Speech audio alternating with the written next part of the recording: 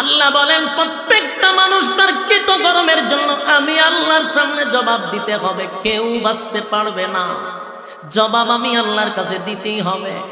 আর কিয়ামতের মাঠটা এত মারাত্মক, এত একটা ভয়ানক,